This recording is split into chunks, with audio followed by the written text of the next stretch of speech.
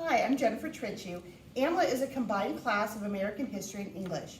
We use project-based learning to create projects that combine the content and skills of our two areas into each of our projects. I'm Jordan Detro. The American history in this class covers 1877 to the present, and this is a state-tested area. This includes historic documents, the Industrial Revolution, the Progressive Era, World War I, the Roaring Twenties, the Great Depression, World War II, the Civil Rights, and the Cold War.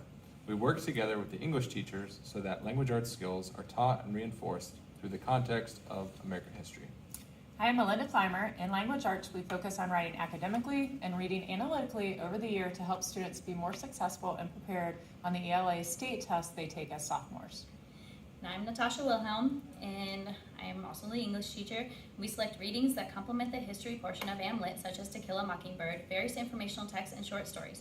We look forward to the year with your children, and if you have any questions, be sure to send us an email or give us a call.